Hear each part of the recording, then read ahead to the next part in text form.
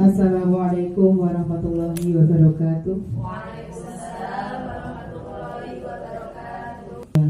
Yang pertama, marilah kita ucapkan rasa syukur kita kehadirat Allah Subhanahu wa taala yang mana karena limpahan rahmat, nikmat, taufik, hidayah serta inayahnya lah kita semua dapat berkumpul di TK Dharma Wanita Bangsri ini dalam keadaan sehat walafiat dengan keperluan acara pertemuan IGDW dan juga diseminasi aksi nyata dari guru penggerak angkatan 10, yaitu diseminasi aksi nyata dari guru penggerak angkatan 10 oleh Ibu Mutmainah kepada Ibu Mutmainah. Disilakan. Assalamualaikum warahmatullahi wabarakatuh.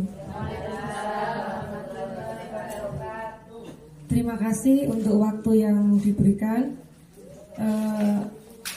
Terima kasih untuk Ibu Ketua Dharma Wanita Kecamatan Ngego, Ibu Biki Wirulima telah memberikan waktu saya untuk presentasi tentang diseminasi aksi nyata modul 1.4 yaitu budaya positif. Terima kasih juga kepada ibu-ibu kepala sekolah TK Dharma Wanita Kecamatan Ngego, juga ibu guru semuanya. Saya mengucapkan terima kasih atas waktu yang diberikan kepada saya. Ibu-ibu, sebelum saya mempresentasikan ini, monggo barangkali ada yang mau mengisi ice breaking Bu sebelum saya memaparkan aksi nyata modul 1.4 yaitu budaya positif. Barangkali ibu-ibu berkenan mau ice breaking sebentar Bu. Monggo, tidak apa-apa. Barangkali ada yang punya tepuk-tepuk ataupun nyanyian, monggo dipersilakan Bu. Barangkali dari Bu Yanti mungkin ice breaking Bu Yanti. Dari Bu Ati, Bu Ani, barangkali mau ngisi tepuk apa nyanyi ice breakingnya Bu, monggo. Bu Ayu, barangkali ice breaking. Nah, tepuk tangan untuk Bu Ayu, monggo.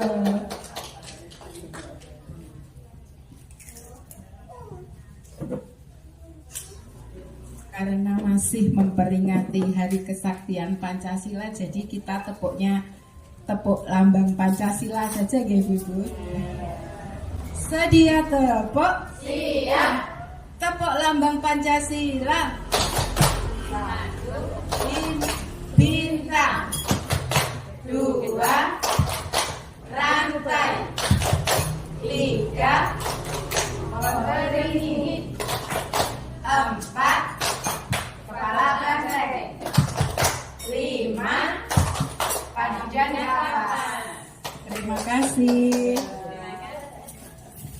Terima kasih luar biasa ya Bu Ayu. Tepuk apa tadi Bu? Oh, tepuk lambang Pancasila. Iya, bagus sekali bisa memperkenalkan lambang-lambang melalui tepuk buat anak usia dini. Ini Bu ya, saya lanjut langsung ke materi Bu ya.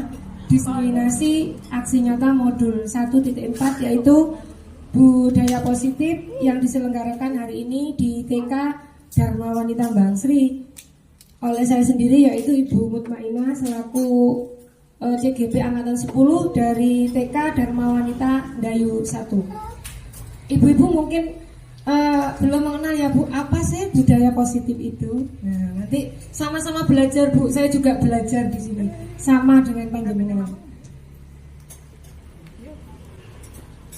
Nah, ibu-ibu, budaya positif itu yang kita lakukan setiap hari selama kita mengajar di sekolah. Cuman kita tidak tahu Bu, begitu juga dengan saya. Apa sih budaya positif? Bagaimana sih? Nah, budaya positif itu terdiri dari beberapa item. Yang pertama yaitu ada disiplin positif dan nilai kebajikan. Yang kedua ada 5 posisi kontrol guru. Yang selanjutnya yaitu teori motivasi, artinya yaitu ada hukuman, ada penghargaan atau reward, juga restitusi. Yang selanjutnya keyakinan kelas. Terus kebutuhan dasar manusia di dunia dan berkualitas. Dan selanjutnya yaitu segitiga restitusi. Nah ini loh Bu, apa sih budaya positif itu? Budaya positif itu yaitu merupakan perwujudan nilai atau keyakinan universal yang diterapkan di sekolah. Budaya positif ini di sekolah ini tidak dapat diciptakan secara instan. Artinya begini Bu, budaya positif itu kita itu membuatnya bersama dengan murid. Jadi kita tidak bisa membuat sendiri Bu. Artinya kita membuat budaya positif, terutama keyakinan kelas itu kita membuat bersama-sama dengan murid. Budaya positif adalah suatu pembiasaan yang bernilai positif. Di dalamnya mengandung sejumlah kegiatan yang mampu menumbuhkan karakter murid. Nah, dengan budaya positif yang kita terapkan di lembaga itu bisa menambahkan nilai karakter buat anak didik kita. Nah, di situ Bu ya. Jadi budaya positif ini sangat-sangat sekali diperlukan dalam suatu lembaga untuk mengembangkan, yaitu ada sifat gotong royong yang mampu melakukan kegiatan secara bersama-sama sehingga tercipta kolaborasi yang baik antara warga sekolah dan adanya rasa peduli satu sama lain dan juga mandiri. Artinya begini Bu, ketika kita melakukan budaya positif itu manfaatnya banyak sekali, terutama buat anak-anak, biar anak-anak itu mandiri. Gotong royong artinya apa? Peduli dengan sesama. Yang kedua yaitu mandiri. Nah, mandiri ini sangat perlu sekali untuk anak-anak usia dini, terutama di kelompok A yang baru masuk itu sangat perlu sekali Bu, ditekankan sikap mandiri. Nah, ini Bu, budaya positif itu juga mampu menciptakan kolaborasi antara warga sekolah. Artinya apa Bu? Kita sebagai guru bisa juga berkolaborasi dengan teman sejawat. Dengan artian kita minta izin dulu ke kepala sekolah untuk melakukan sebuah budaya positif yang menciptakan pribadi-pribadi yang berkualitas, berkarakter baik berkarakter sesuai dengan profil Pancasila. Artinya penjenengan nanti bisa melakukan budaya positif itu di sekolah dengan berkolaborasi dengan teman sejawat. Selanjutnya ini Bu, di sini ada teori yang dari William Glasser tentang disiplin positif dan nilai kebijakan. Yang pertama yaitu ilusi guru mengontrol murid. Nah ini biasanya anak-anak itu kan bermacam-macam ya Bu, anak-anak itu unik, satu dengan yang lain tidak sama, terutama dalam mengontrol dirinya, apalagi yang masih kelompok A, yang kemandiriannya tidak sama dengan anak kelompok B. Yang kedua yaitu ilusi bahwa semua murid menguatkan positif, efektif, dan bermanfaat. Artinya apa Bu? Penguatan positif atau bujukan dalam bentuk-bentuk kontrol. Segala usaha untuk mempengaruhi murid agar mengulangi suatu perilaku tertentu dalam suatu usaha untuk mengontrol murid tersebut. Artinya mengontrol dirinya anak itu Bu. Karena anak itu tadi, setiap anak itu unik, satu dengan yang lain tidak sama. Kemudian yang ketiga yaitu ilusi bahwa kritik dan membuat orang merasa bersalah dapat menguatkan karakter. Artinya apa Bu? Sama-sama mengontrol dirinya sendiri, baik murid maupun gurunya. Nah itu juga perlu. Untuk yang keempat yaitu ilusi bahwa orang dewasa memiliki hak untuk memaksa. Nah ini kita kan tidak boleh ya Bu memaksa kepada anak-anak kehendak kita kan tidak boleh, karena semua itu tidak baik. Artinya apa? Memaksa kehendak sesuatu kepada anak itu kurang.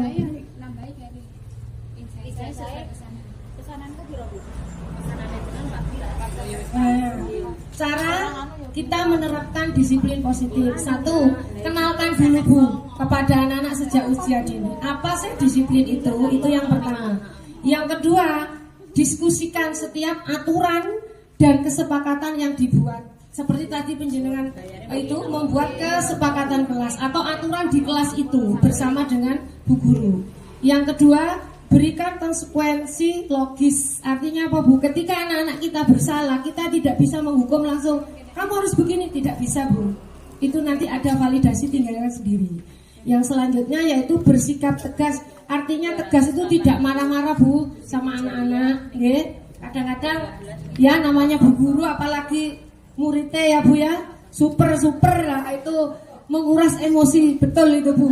Nah, itu di situ kita tegas tapi bukan marah-marah. Nanti lek marah-marah besoknya enggak masuk anaknya Bu. Takut. Nah, ini tujuan Bu, tujuan penerapan disiplin positif tujuannya yaitu untuk menanamkan motivasi perilaku manusia. Ketiga yaitu menjadi orang yang mereka inginkan dan menghargai diri sendiri dengan nilai-nilai yang mereka percaya. Begitu Bu ya, tujuan dari disiplin positif. Untuk yang selanjutnya yaitu nilai kebijakan universal, yaitu sifat positif manusia yang merupakan tujuan mulia yang dicapai setiap individu. Nah, di sini Bu, nilai-nilai kebijakan universal itu meliputi beberapa hal seperti keadilan, tanggung jawab, kejujuran, bersyukur, lurus hati, berprinsip, integritas, kasih sayang, rajin, komitmen, percaya diri, kesabaran, dan masih banyak lagi Bu kebijakan universal.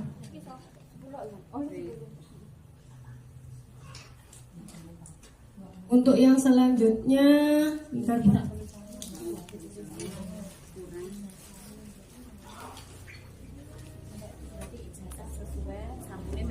Laptopnya agak ini Bu, minta adik kayaknya. Nah, ini Bu. Tadi juga ada yang namanya teori motivasi atau hukuman penghargaan restitusi. Nah, ini Bu, 3 motivasi perilaku manusia. Jadi dalam manusia itu ada 3 motivasi, yaitu yang pertama menghindari ketidaknyamanan atau hukuman. Jangan sekali-sekali memberikan hukuman kepada anak usia dini ya Bu ya. Yang kedua mendapatkan imbalan atau penghargaan. Nah, ini reward juga. Reward artinya memang baik untuk anak kecil, tapi di sisi lain reward juga kurang baik, ngoten Bu. Yang ketiga yaitu menjadi orang yang mereka inginkan dan menghargai dirinya sendiri dengan nilai yang mereka percaya. Artinya Bu, penghargaan maupun hukuman itu cara mengontrol perilaku seseorang yang menghancurkan potensi untuk pembelajaran yang sesungguhnya.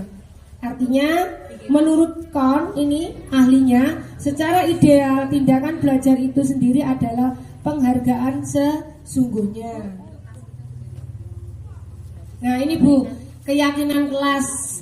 Keyakinan kelas adalah salah satu disiplin positif yang bisa kita terapkan dalam membangun budaya positif di sekolah. Dengan adanya keyakinan kelas di setiap kelas diharapkan dapat mewujudkan tujuan pendidikan yang berorientasi kepada profil Pancasila. Penjenengan nanti bisa Bu, sebelum membuat keyakinan kelas, sebelum membuat kesepakatan kelas, penjenengan nanti bisa membuat keyakinan kelas dulu. Mengapa keyakinan kelas itu penting? Karena dengan adanya keyakinan kelas diharapkan dapat meningkatkan kedisiplinan murid, yakni disiplin diri yang muncul dari dalam anak atau yang disebut dengan motivasi intrinsik, jadi dalam dirinya anak Bu. Terus bukan paksaan dalam bentuk suatu aturan atau sanksi. Motivasi intrinsik muncul karena adanya suatu keyakinan terhadap suatu nilai. Artinya begini Bu, setiap Bu guru terutama di anak usia dini itu tidak boleh Bu memberi hukuman atau sanksi kepada anak kecil. Jadinya nanti anak itu trauma itu tadi Bu, tidak mau sekolah nanti. Nah, ini Bu, keyakinan kelas itu Bu, keyakinan kelas bersifat abstrak atau nyata daripada peraturan yang lebih rinci dan konkret. Yang kedua, keyakinan kelas berupa pertanyaan-pertanyaan universal. Pernyataan keyakinan kelas senantiasa dibuat dalam bentuk positif. Keyakinan kelas hendaknya tidak terlalu banyak sehingga mudah diingat dan dipahami oleh semua warga kelas. Keyakinan kelas sebaiknya sesuatu yang dapat diterapkan di lingkungan tersebut. Semua warga sekolah hendaknya ikut berkontribusi dalam pembuatan keyakinan kelas. Bersedia meninjau kembali keyakinan kelas dari waktu ke waktu. Artinya penjenengan nanti bisa Bu, sebelum membuat kesepakatan kelas, penjenengan membuat keyakinan kelas terlebih dahulu. Nah ini, bagaimana sih cara menyusun keyakinan kelas? Nah ini Bu, siswa menulis keyakinan kelas, artinya begini Bu, penjenengan di sekolah nanti itu membuat dengan anak-anak peraturan Bu, ini sudah saya terapkan di lembaga saya. Jadi kita ngomong ke anak-anak, hari ini kita belajar keyakinan kelas ya. Apa itu Bu? Keyakinan kelas itu adalah suatu peraturan kelas di mana anak-anak nanti tidak boleh melanggar. Nah, itu sesuai dengan ini Bu, sesuai dengan kondisi. Kalau A disesuaikan dengan kelompok A, kalau kelompok B ya disesuaikan dengan kelompok B. Cuman di keyakinan kelas ini tidak terlalu banyak Bu, jadi anaknya tidak bingung. Oke, contohnya begini, seperti saya nanti di sini ada Bu Husnul, nanti saya tayangkan nanti di sini ada keyakinan kelasnya. Nah ini seperti ini Bu. Nah itu kesepakatan kelas kelompok ini saya sudah buat Bu dengan murid-murid saya sendiri. Nah itu kesepakatan kelas. Kita tanya dulu kepada anak-anak, kira-kira apa ya yang tidak boleh? Anak-anak menjawab, membuang sampah tempatnya, kita tulis Bu. Nah itu, membuang sampah pada tempatnya. Karena kelompok A saya cuma membuat 5 Bu, karena kan beda dengan kelompok B. Terus apalagi ya kira-kira? Sekolah Bu nggak telat. Nah akhirnya saya tulis sekolah tepat waktu. Terus yang selanjutnya apa? Anak-anak mesti jawab, tidak boleh ganggu Bu. Nah ini kebetulan ada murid saya yang spesial namanya Agus Bu ya. Nah itu kan suka mengganggu teman. Nah itu jadi anak-anak bilang tidak boleh Bu ganggu teman. Akhirnya saya tulis tidak mengganggu teman, ditulis. Yang kedua apa ya? Makan minum sambil duduk. Oh iya, makan minum berdiri boleh enggak boleh. Akhirnya saya tulis Bu, kesepakatan dengan anak-anak. Yang terakhir yaitu apalagi ya, bicara Bu. Nah, itu saya masukkan berbicara yang sopan. Setelah kita membuat Bu Guru menulis, itu anak-anak dikasih Bu, terserah penjenengan mau cap 3 jari boleh. Artinya sudah sepakat dengan kelas tersebut. Ini kebetulan saya pakai kertas Bu, saya tulis, anaknya saya suruh tempel. Ayo satu-satu nempel. Ini anaknya sendiri Bu, itu yang nempel. Semua anak saya tempel. Kalau ibu-ibu ingin membuat kesepakatan kelas boleh pakai langsung anaknya pakai jari, boleh. Pak. Itu boleh Bu, tidak apa-apa. Pakai gambar smile juga boleh, ditempel-tempel gitu Bu. Untuk yang selanjutnya, nah ini. Tadi sudah ya Bu, keyakinan kelas. Sekarang masuk ke kebutuhan dasar manusia, itu ada 5. Yang pertama yaitu kebutuhan untuk bertahan hidup, yaitu survival. Yang kedua cinta kasih sayang, love and belonging. Yang ketiga kebebasan, freedom. 4 kesenangan, fun. Dan yang kelima adalah kekuasaan atau power.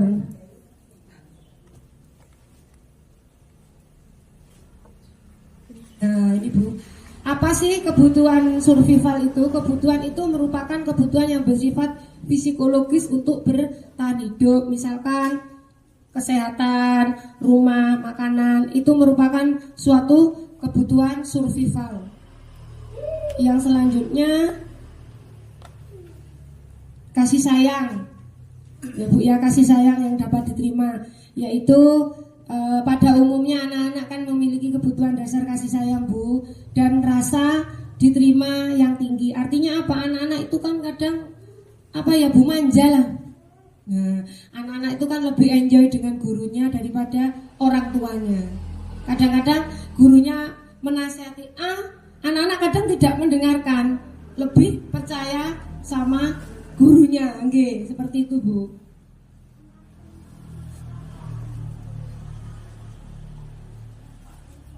Nah ini Bu, yang selanjutnya yaitu segitiga restitusi. Restitusi adalah proses pencipta kondisi bagi murid untuk memperbaiki kesalahan mereka, sehingga mereka bisa kembali kepada kelompoknya mereka dengan karakter yang lebih kuat.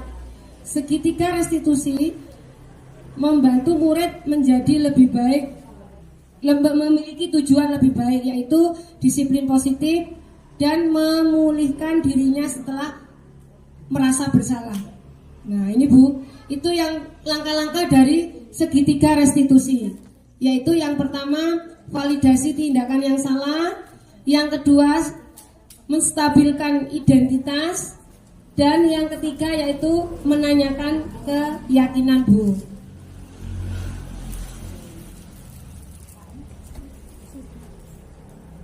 Nah, 5 posisi kontrol menurut Dr. William Glasser, yaitu kesimpulannya 5 posisi kontrol yang diterapkan seorang guru ataupun orang tua dalam bentuk kontrol. Kelima posisi tersebut adalah penghukum, pembuat rasa bersalah, teman, pemantau, dan manajer. Itu, Bu, 5 posisi kontrol guru. Ada 5 ya, Bu, ya. Nah, tuh, apa sih penghukum itu? Nah, di posisi penghukum ini bisa menggunakan hukuman fisik maupun verbal. Orang-orang menjalankan posisi penghukum senantiasa mengatakan bahwa seseorang melakukan sistem atau alat yang dapat menekan murid-murid lebih dalam lagi. Nah, ini, Bu, kalau di TK tidak boleh ya, Bu, menggunakan posisi penghukuman ini. Mungkin kalau posisi penghukum ini lebih kelas atas ya, Bu, ya, kelas SMA ataupun SMP. Yang kedua yaitu posisi pembuat rasa bersalah. Artinya pada posisi ini biasanya bu guru atau orang tua akan bersuara dengan lembut. Nah, ini, Bu, artinya bujuk anak, Bu, ya, dengan kata-kata yang lemah lembut. Contohnya begini, Bu, berapa kali? Nah, kamu sudah makan belum? Nah, seperti itu. Jadi kalimat-kalimat yang halus lah, Bu. Jadi anak-anak itu biar mengertilah. Ya, ini pembuat rasa bersalah, artinya di sini yaitu guru pada posisi ini tidak akan menyakiti murid, namun akan tetap berupaya mengontrol murid melalui pendekatan persuasif. Ini pendekatan, Bu, artinya menanya anak, Bu. Ini menanya anak ketika anak bersalah, ngoten, Bu. Misalkan di sini, ayo dibantu Bu Guru. Nah, seperti itu. Itu pembuat rasa bersalah. Untuk yang selanjutnya, nah ini, guru sebagai pemantau. Apa sih guru sebagai pemantau? Pada posisi ini dapat diartikan bahwa guru sebagai pengawas atau pemantau. Guru bertanggung jawab terhadap perilaku siswa yang diawasinya. Pada posisi ini guru berpedoman pada peraturan-peraturan dan konsekuensi yang ada di sekolah. Artinya begini, Bu, guru juga bertanggung jawab atau sebagai pemantau, di mana setiap lembaga itu kan mesti ada peraturan-peraturannya, Bu. Nah, disitulah guru sebagai pemantau.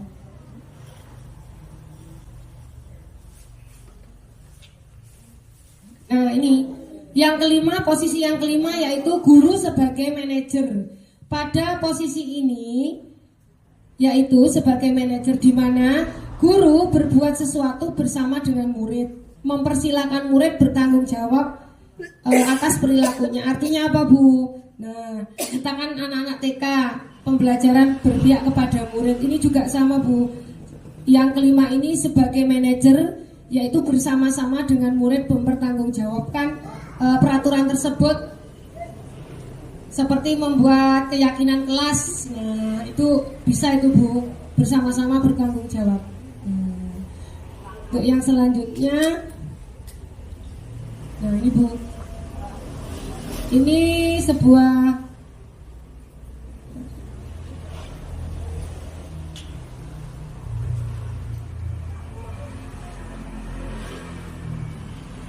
Bu, ini ada narasumber 5 posisi kontrol yang di sama Budiah Samsiasi Arjasa M. Beliau adalah seorang pelatih guru dan praktisi pendidik, Bu, di guru penggerak. Nah, ini di sini.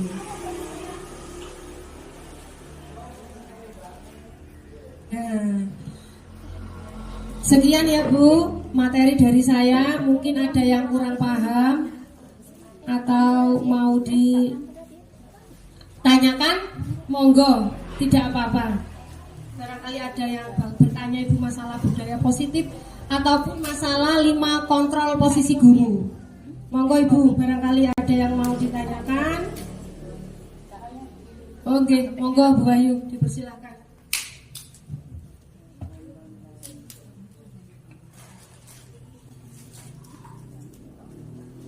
Ya, yang saya ingin tanyakan tentang 5 posisi kontrol. Di dalam pembelajaran sehari-hari kita sebagai guru di kelas, itu kira-kira kita memposisikan diri kita dalam posisi kontrol yang mana yang terbaik untuk diterapkan pada anak-anak. Saya kebetulan mengajar di kelompok A. Terima kasih Bu Ayu. Sama ya Bu, satu server. Saya juga di kelompok A. Begini Bu, posisi memang ada 5 tadi Bu. Posisi kontrol guru itu ada 5. Cuman yang cocok dengan kita ya Bu Ayu ya, itu ini memang beda-beda Bu. Cuman secara garis besar menurut saya itu sebagai manajer. Karena kenapa kok sebagai manajer? Di situ guru itu bersama murid Bu. Jadi guru itu enggak berdiri sendiri. Membuat keyakinan kelas contohnya. Itu kan bersama-sama dengan Bu Guru. Jadi posisi yang cocok itu sebagai manajer. Karena pembelajaran itu kan berpihak kepada murid sesuai dengan teorinya Ki Hajar Dewantara. Jadi pembelajaran yang baik adalah pembelajaran yang bersifat berpihak kepada murid. Ngoten nggih Bu Ayu? Nggih.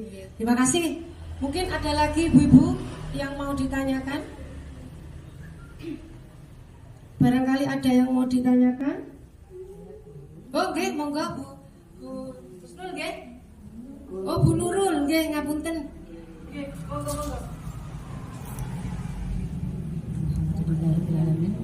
Kebetulan di TK saya Bu Ina ada anak yang super. Itu bagaimana cara anak supaya patuh sama guru? Kalau diutus menulis misalkan tuh belum selesai sudah bermain, sudah keluyuran kemana-mana. Bagaimana kan cara untuk menghukum supaya anak itu patuh dan senang hukumannya Bu Ina? Terima kasih. Terima kasih Bu Nurul. Alhamdulillah murid saya juga ada Bu yang spesial. Satu seperti itu. Begini Bu, memang semua anak itu kan unik ya Bu. Satu dengan yang lain tidak sama. Ada yang di rumah itu diam, di sekolah itu umek. Ada yang di sekolah umek, di rumah diam. Nah, bagaimana cara ketika anak itu katakan tidak bisa diam ya Bu, mengganggu teman, diberi kegiatan dia tidak mau. Ini kebetulan terjadi di kelas saya Bu. Memang butuh kesabaran yang ekstra. Itu gini Bu, kita melakukan pendekatan terhadap anak tersebut. Artinya apa? Ketika anak-anak melakukan kegiatan, nah kita dekati anak tersebut. Artinya spesial tadi Bu, perhatiannya lebih daripada yang lain. Kita dekati, kita tuntun, kita tanya maunya seperti apa, Bu. Tapi yang memang harus ekstra sabar tadi. Kadang nggak sampai 5 menit, semenit wes buyar, kan gitu toh. Ini terjadi dengan murid saya Bu. Iya Bu, betul, itu terjadi dengan murid saya sendiri. Kebetulan murid saya sendiri Bu. Tapi alhamdulillah dengan pendekatan guru, pelan-pelan Bu kalau mendekati. Ya mungkin anak seperti itu ada beberapa faktor. Di sekolah sudah dibina dengan pendidikan karakter, mungkin karena di rumah, karena lingkungan, karena pendidikan utama itu dalam keluarga. Itu yang nomor 1. Sedangkan di sekolah guru sudah mengarahkan, sudah mendidik karakter. Tetapi kalau di rumah lingkungannya tidak mendukung, nah itu. Apalagi anak-anak usia dini rentan ya Bu, mereka masih usia golden age, masa keemasan yang tumbuh. Ngoten nggih Bu Nurul nggih. Jadi lakukan pendekatan instinktif, artinya lebih daripada anak-anak yang lain, perhatiannya juga lebih, tapi dengan catatan tidak memaksakan anak tersebut. Lambat laun anak tersebut akan manut Bu. Ini alhamdulillah murid saya dalam 1 minggu ini sudah mau mengerjakan, sudah tidak usil lah sama temannya, alhamdulillah. Oh belum? Oh gak apa-apa. Itu ya memang harus ekstra sabar Bu. Sabar. Itu biasanya tawar menawar Bu. Aku nanti sudah ya nanti bermain. Nah itu biasanya tawar dulu. Nanti lah sudah Bu main ya Bu. Nah, itu terjadi Bu. Jadi pendekatan yang spesial, artinya mendekati anak daripada yang lain harus sabar Bu. Mungkin ada lagi Bu yang mau ditanyakan? Oke, monggo terakhir. Monggo.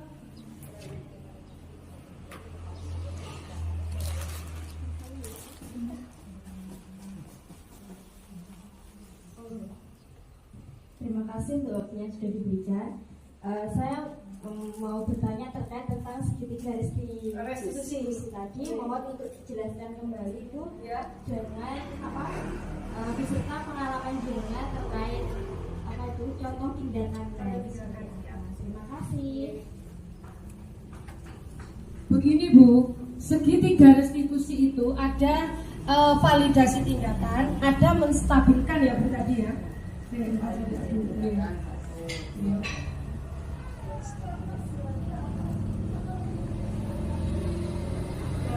sini Bu.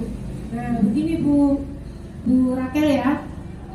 Selangkah-langkah ketika anak ada masalah di sekolah atau melanggar, itu kita melakukannya dengan segitiga restitusi.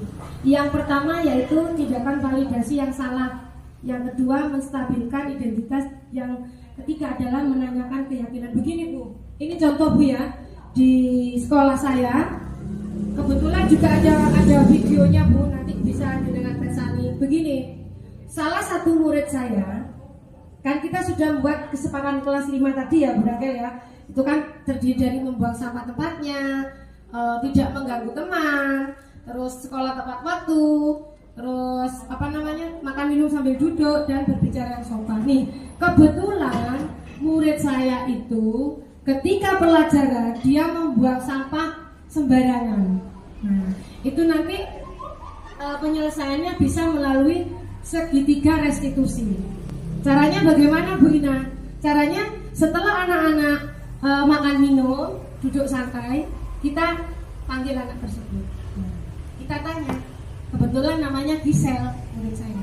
Nanti saya kasih videonya Brakel ya. Begini, Gisel, halo Gisel. Iya Bu. Sehat ya? Sehat. Tahu nggak dipanggil Bu Ina kenapa? Anaknya jawab, iya Bu. Apa? Coba gini. Tadi Gisel membuang sampah. Itulah yang dinamakan validasi tindakan yang salah. Apa tadi coba? Buang sampah sembarangan Bu. Tuh. Oh, itu kira-kira perbuatan yang baik apa jelek? Anak mesti jawab, jelek Bu. Nah, kenapa kok dilakukan? Lupa. Ada Bu nanti Bu di ini. Nah, setelah anaknya bilang begitu, ya semua orang itu punya sifat lupa. Bu Ina juga pernah dulu lupa. Pernah dulu juga lupa. Tapi habis itu, oh iya ya salah. Kira-kira Mbak Gisel itu bagus apa jelek? Jelek Bu dulu. Anaknya jawab aja. Terus habis itu, kira-kira Mbak Gisel melanggar keyakinan kelas enggak? Iya. Coba sebutkan apa saja. Anak itu menyebutkan Bu, karena sebelumnya itu kan kita sudah buat. Nah, anak itu menyebutkan satu-satu. Mulai dari membuang sampah, sekolah tadi, yang 5 tadi. Setelah itu anaknya mengaku iya Bu. Terus kira-kira kapan Mbak Gisel mau berbuat? Enggak seperti mulai besok. Itu menstabilkan hidup Bu. Jadi ketika anak ditanya, tidak langsung dihakimi, kamu tadi buang sampah yuk? Nggak boleh itu. Nah itu bukan segitiga restitusi Bu. Jadi segitiga restitusi itu yang pertama validasi tindakan yang salah. Ditanyakan dulu ke anak tersebut. Kamu tahu nggak kesalahannya? Kalau anak mesti, iya Bu, aku membuat sampah sembarangan. Kira-kira itu perbuatan baik apa jelek? Nah, itu tadi. Terus menstabilkannya, nanti anaknya ditanya lagi. Nanti saya kasih videonya ya, barangkali ya, contohnya ini. Terima kasih. Untuk yang lain barangkali ada pertanyaan lagi Bu? Masalah segitiga restitusi, penyelesaian di kelas, monggo.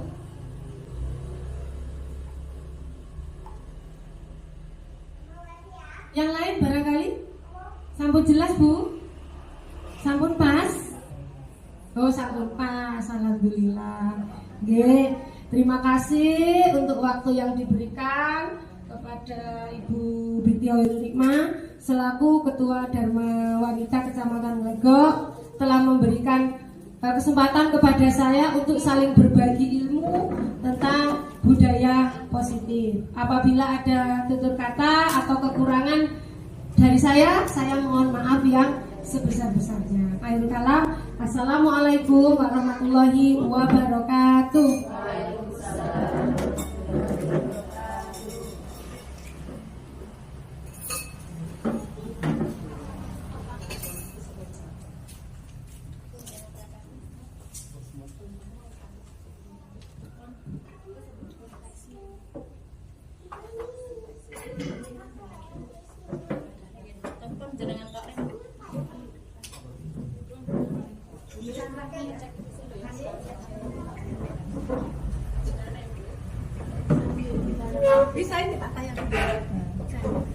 Demikian ibu-ibu kegiatan kita hari ini yang disampaikan oleh Bu Ina. Kepada Bu Ina kami aturkan banyak terima kasih. Dilanjutkan tadi sudah beserta tanya jawabnya Ibu ya. Dilanjutkan refleksi Ibu.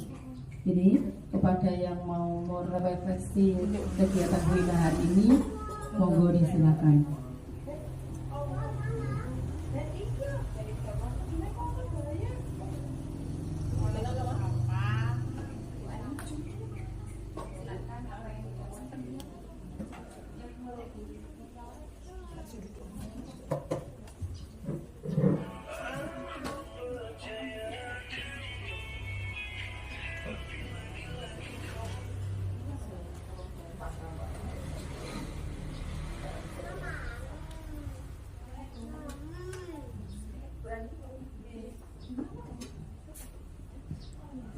Terima kasih Bina untuk ilmu yang jenengan berikan hari ini, dan saya pribadi merasa mendapatkan ilmu yang lebih dari diseminasi hari ini, bagaimana menghadapi beberapa murid saya yang kebetulan juga ada yang spesial ya, kalangan bukatin juga ada, terus yang anaknya itu gini, enggak yang apa ibu usil gitu, enggak, cuma ada yang ketika dikasih tugas dia itu cuma asik bermain sendiri.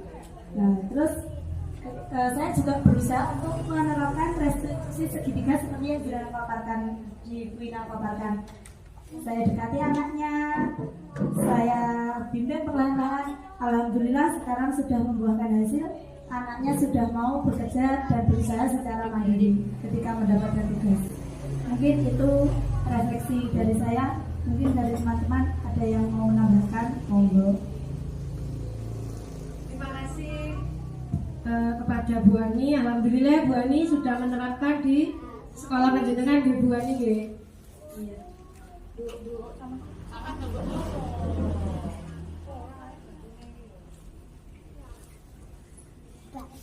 Bentar ya Bu, sambil menunggu. Siapa lagi Bu yang mau merefleksi, monggo. Monggo pada Bu Rima. Terima kasih, luar biasa. Aplaus untuk Bu Ina sebagai calon guru penggerak angkatan 10 yang sudah memberikan praktik baiknya terkait dengan budaya positif. Nah, tadi sudah disampaikan bahwa budaya positif itu harus kita buat bersama-sama dengan anak. Nah, luar biasa. Di sini saya selaku Ketua Dharma Wanita Kecamatan Ngego juga beserta di siang hari ini mengapresiasi sangat luar biasa, dan saya mendapatkan ilmu yang banyak sekali dari kegiatan yang disampaikan oleh Bu Ina, terutama terkait dengan posisi kontrol dan juga segitiga restitusi. Bagaimana cara mengatasi masalahnya ketika anak-anak membuat kesalahan pada kesepakatan yang sudah dibuat bersama-sama. Nah, tadi disampaikan, saya akan menyampaikan juga, menambahkan, mungkin Bu ada yang bertanya bagaimana menghukum anak.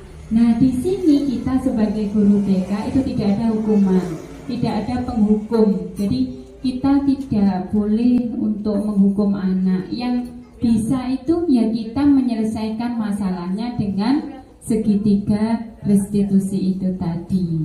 Luar biasa, terima kasih Bu Ina. Hari ini kita mendapatkan ilmu yang banyak ya, ilmu yang baru, bagaimana belajar bersama anak-anak. Dan ini pun itu mungkin nanti bisa kita terapkan kepada orang dewasa ya Bu Ina. Pada segitiga restitusi itu bisa diterapkan selain anak-anak, bisa kepada guru Bu Ina. Bisa, itu bisa diterapkan kepada teman-teman di lintas kita atau teman sejawat kita, teman seperjuangan kita di lembaga kita masing-masing. Terima kasih sekali Bu Ina sudah memberikan waktunya untuk membelajari bersama teman-teman. Terima kasih. Terima kasih untuk semuanya. Ini Bu, contoh penyelesaian menggunakan segitiga restitusi ya Bu. Kebetulan ini yang sudah saya lakukan di lembaga saya. Nah ini kasus 1 Bu. Nah, Bu.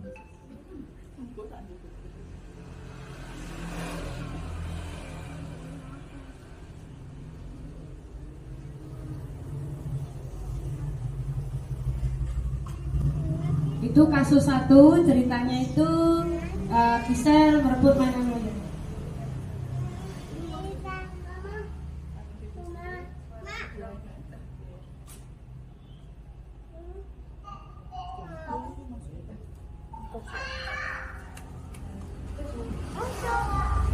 Itu ketika anak-anak bermain, berebut, akhirnya yang satunya nangis, yang satunya merelai. Okay. Kan biasa ya Bu, kalau mainan kan ada yang rebutan biasanya, gitu. Itu kasus yang pertama. Penyelesaiannya bagaimana? Nah, ini Bu.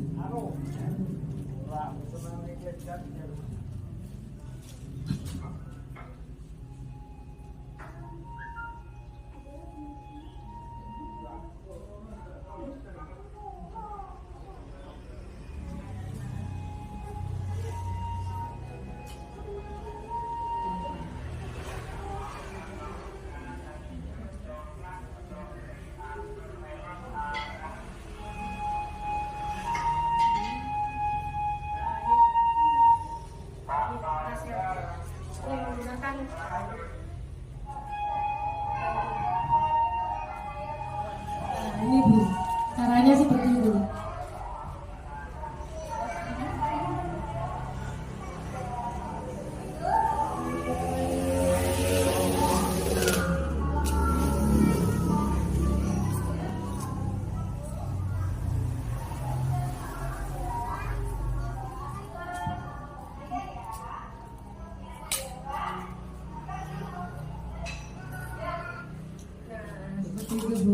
Jadi kesalahan anak terutama setelah membuat keyakinan kelas tadi, ketika anak itu melanggar kesepakatan kelas, bu guru tidak boleh langsung memvonis kamu salah ya, salahmu ini tadi ya, itu tidak boleh.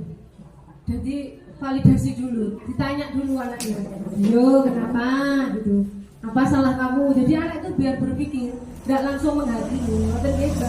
Mungkin nanti berakhir bisa saya japri pribadi, saya beri video yang lebih komplit. Terima kasih. Ada lagi Bu yang mau dianu sambung cekak?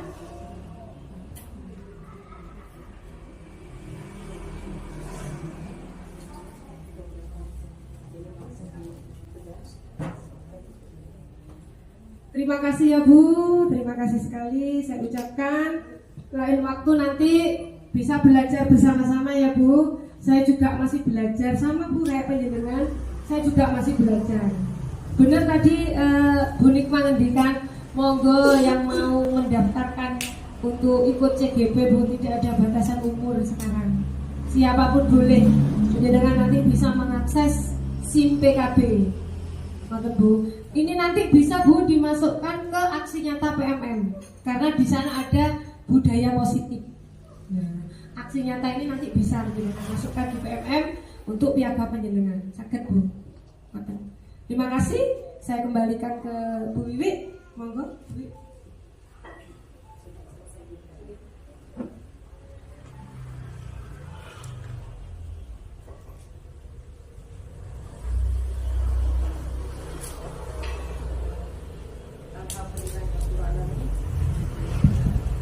Alhamdulillahirrahmanirrahim. Semua rangkaian acara pada siang hari ini sudah kita ikuti bersama semuanya. Semoga apa yang didapatkan kita hari ini benar-benar menjadi tambahan ilmu bagi kita semuanya, ilmu yang manfaat dan barokah. Amin Allahumma amin. Dari saya sebagai acara awal hingga akhir ada kehilafan dalam menyampaikan acara, saya mohon maaf yang sebesar-besarnya. Marilah kita tutup acara kita dengan bacaan hamdalah bersama-sama. Alhamdulillahirabbil alamin. Akhirul kalam wa huwa muwaffiq ila aqwamit thoriq. Wassalamualaikum warahmatullahi wabarakatuh.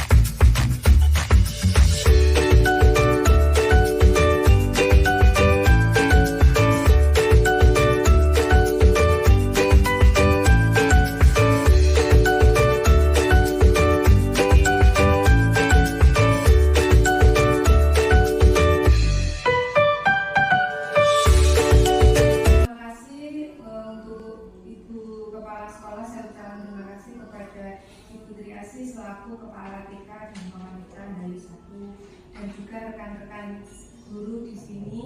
Saya meminta izin kepada Ibu Tri selaku Kepala Sekolah bahwa saya ingin menerapkan budaya positif di kelompok aku, karena latar belakangnya yaitu kelompok aku kurang menjaga kebersihan kelas, juga kemandiriannya kurang tinggi, sedangkan anak tertib yang ada di sekolah itu sudah bagus. Tujuannya yaitu agar anak mempunyai sikap disiplin dalam menjaga kebersihan, juga memiliki sikap dalam kemandirian ketika dalam melaksanakan pembelajaran.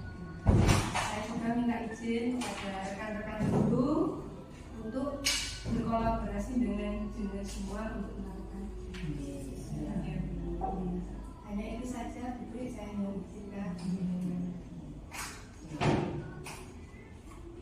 mengizinkan panjenengan untuk melaksanakan apa yang panjenengan kehendaki di program CGP itu, semoga terlaksana dengan baik dan sempurna.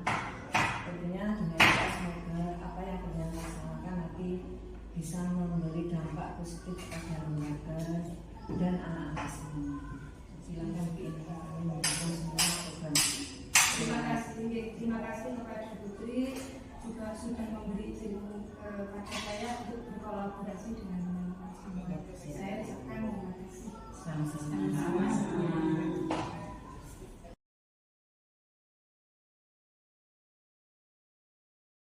Anak-anak tidak melanggar. Kalau melanggar dia sudah tahu apa resikonya, terus dia berani mengaku kesalahannya. Dan ini bisa menjadi terapkan di rumah. Jadi di rumah seolah membuat peraturan di rumah, misalkan bangun pagi, terus apa. Jadi nanti ketika anak melakukan kesalahan, penjenengan tidak langsung kamu salah ya, tidak. Ditanya dulu bu anunya, kamu kenapa kok lakukan itu? Salah apa benar? Jadi validasinya ditanyakan dulu. Lalu nanti terakhir setelah anak mengaku kesalahan, baru penjenengan nanti memberi refleksi. Semua ibu-ibu nggih? Halo anak-anak. Tetap semangat.